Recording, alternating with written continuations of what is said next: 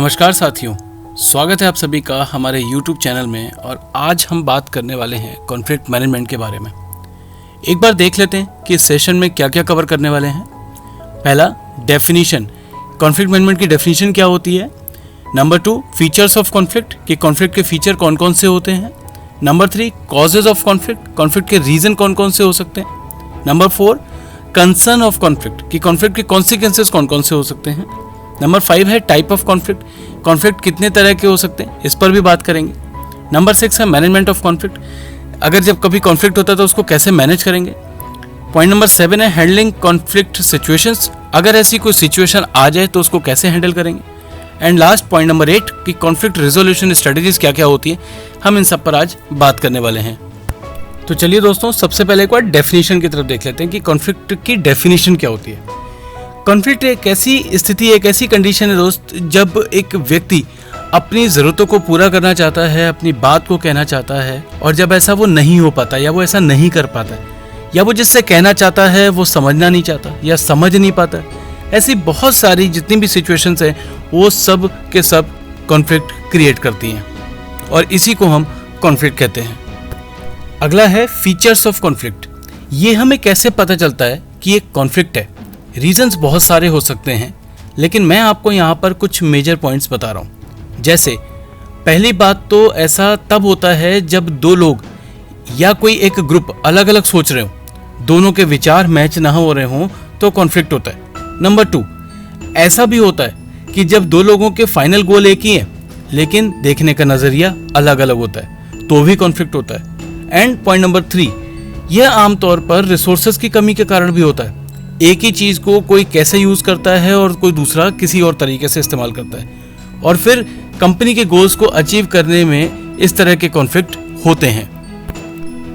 Causes of conflict, क्या reasons होते हैं कॉन्फ्लिक्ट के क्रिएट होने के। जैसे अभी आपको बताया कि रिसोर्स की कमी होने के कारण भी कॉन्फ्लिक्ट्स होते हैं, डिफरेंट परसेप्शन होने की वजह से कॉन्फ्लिक्ट्स होते हैं, दो लोगों के नज़रिए में अंतर होता है तो कॉन्फ्लिक्ट होते हैं, लोगों का उद्देश्य अलग अलग होता है तो कॉन्फ्लिक्ट होता है, उनकी ज़रूरतें अलग अलग होने पर भी कॉन्फ्लिक्ट होता है, आपस में कम्युनिकेशन पूरा नहीं है, कंपनीज में रिपोर्टिंग स्ट्रक्चर ठीक नहीं है, एक सीनियर जूनियर को रिपोर्ट करता है, जब टीम वर्क की कमी हो, या जब लोगों को उनके खुद के रोल्स एंड रिस्पॉन्सिबिलिटी के बारे में जानकारी ना हो तो कॉन्फ्लिक्ट होता है, एजुकेशन में अगर डिफरेंस है तो कॉन्फ्लिक्ट होता है, एज में अगर डिफरेंस हो तो भी कॉन्फ्लिक्ट होता है। ऐसे बहुत सारे रीजंस हैं दोस्तों जब कॉन्फ्लिक्ट क्रिएट होता है। कॉन्फ्लिक्ट के पॉजिटिव और निगेटिव दोनों कॉन्सिक्वेंसेस हो सकते हैं। पॉजिटिव कॉन्फ्लिक्ट को फंक्शनल कॉन्फ्लिक्ट भी कहते हैं और निगेटिव कॉन्फ्लिक्ट को डिसफंक्शनल कॉन्फ्लिक्ट कहते हैं। पॉजिटिव कॉन्सिक्वेंसेस क्या होते हैं, जैसे high degree of inter relation, जैसे जब ये सिचुएशन ऐसी क्रिएट होती है तो एक दूसरे के लोगों के बीच में जो रिलेशन है वो बहुत अच्छे हो सकते हैं। Number 2, improvement in quality of decision, जब ऑर्गेनाइजेशन में कॉन्फ्लिक्ट होता है तो इससे आपकी जो डिसीजन मेकिंग पावर है, जो स्किल है, वो भी इम्प्रूव होती है।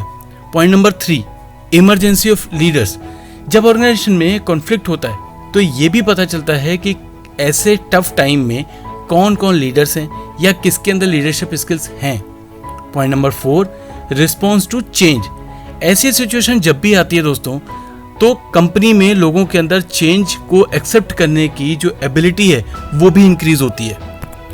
पॉइंट नंबर 5, इंक्रीज्ड प्रोडक्टिविटी, इससे आपकी प्रोडक्टिविटी भी इंक्रीज होती है। जैसे जब कॉन्फ्लिक्ट होगा तो कंपटीशन होगा एक दूसरे में और प्रोडक्टिविटी बढ़ेगी, तो ये भी एक पॉजिटिव साइन है कॉन्फ्लिक्ट का।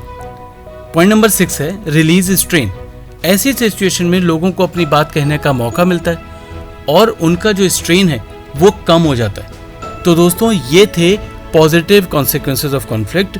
अब चलते हैं एक बार ये नज़र देख लेते हैं कि जैसे ये मैंने अभी आपको पॉजिटिव बताए, अब निगेटिव कॉन्सिक्वेंसेस कौन कौन से, एक बार वो भी देख लेते हैं। Negative concern of conflict, companies में नेगेटिव कॉन्फ्लिक्ट की वजह से जो कॉन्सिक्वेंसेस होते हैं वो देखिए क्या क्या होते हैं। जैसे पहला है मेंटल स्ट्रेन, जैसे कॉन्फ्लिक्ट होगा तो नेगेटिविटी बढ़ेगी और मेंटल स्ट्रेन भी बढ़ेगा।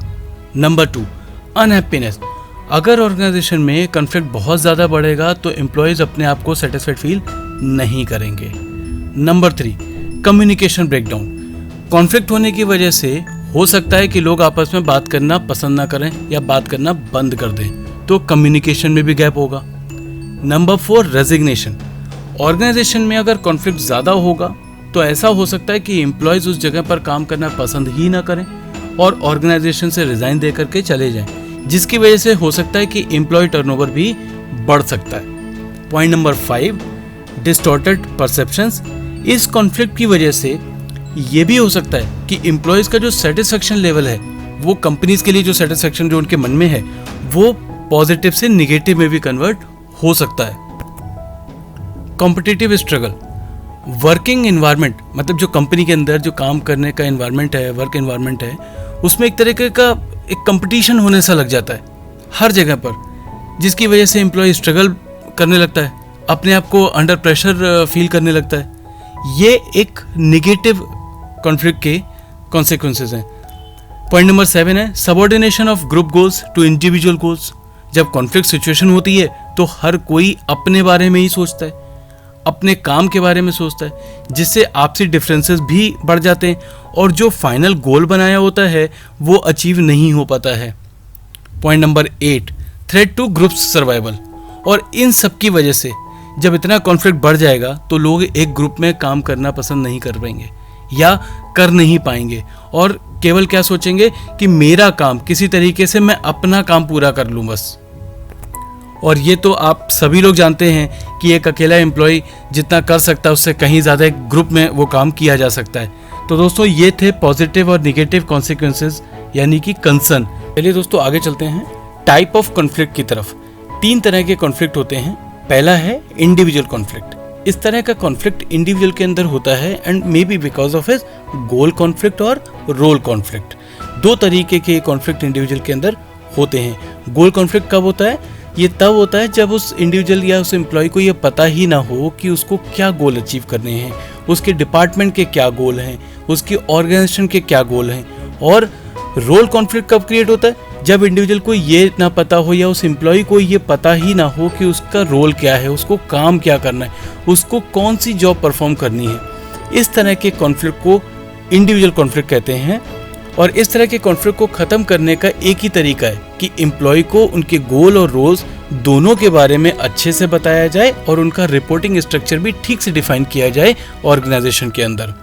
दोस्तों दूसरा है इंटरपर्सनल कॉन्फ्लिक्ट। इसमें 2 तरह से कॉन्फ्लिक्ट होता है। पहला वर्टिकल लेवल का और दूसरा हॉरिजॉन्टल लेवल का। वर्टिकल लेवल कॉन्फ्लिक्ट क्या होता है? जब सेम डिपार्टमेंट में सेम पोजीशन के एम्प्लॉय में कोई कॉन्फ्लिक्ट क्रिएट होता है तो उसको हम वर्टिकल कॉन्फ्लिक्ट कहते हैं। और हॉरिजॉन्टल लेवल कॉन्फ्लिक्ट जो होता है उसमें जब के अपर लेवल और लोअर लेवल में कॉन्फ्लिक्ट होता है उसे हॉरिजॉन्टल लेवल कहते हैं। नंबर 3 है इंटर ग्रुप कॉन्फ्लिक्ट। ये डिफरेंट ग्रुप्स के बीच में होता है जो एक ही ऑर्गेनाइजेशन के अंदर होता है। दोस्तों ये थे 3 तरीके के कॉन्फ्लिक्ट के टाइप। अब आगे बात करते हैं कि जब कॉन्फ्लिक्ट अगर आता है तो उसको मैनेज कैसे करते हैं। Management of conflict. अब देखिए कि कैसे हम कॉन्फ्लिक्ट को मैनेज कर सकते हैं अपनी ऑर्गेनाइजेशन में। सबसे पहले तो ये समझने की कोशिश करें कि कॉन्फ्लिक्ट की बाउंड्रीज क्या क्या हैं। ये भी जानने की कोशिश करें कि इसमें एक ही इशू है या इससे ज़्यादा भी कोई इश्यूज इसमें इन्वॉल्व है। और दूसरों के व्यूज़ या उनके आइडियाज़ के लिए भी ओपन रहिए। और अगर कोई आउटसाइड सपोर्ट भी लेना पड़े इस काम के लिए, इस कॉन्फ्लिक्ट को रिजॉल्व करने के लिए, तो उसके लिए भी ओपन रहिए। इस तरह आप कॉन्फ्लिक्ट को अपनी ऑर्गेनाइजेशन में अच्छे से मैनेज कर पाएंगे। दोस्तों अब बात करते हैं कि अगर कॉन्फ्लिक्ट जैसी कोई सिचुएशन आपके आगे अगर आती है आपके ऑर्गेनाइजेशन में तो आप उसे कैसे मैनेज करेंगे, आप उसको कैसे रिजॉल्व करेंगे। मैंने यहाँ पर कुछ 6 स्टेप्स में मैंने आपको डिफाइन किया हुआ है। पहला है डिटरमाइन द पर्सन और group with whom there is a conflict. ये फाइंड आउट करें कि कॉन्फ्लिक्ट किसके साथ है।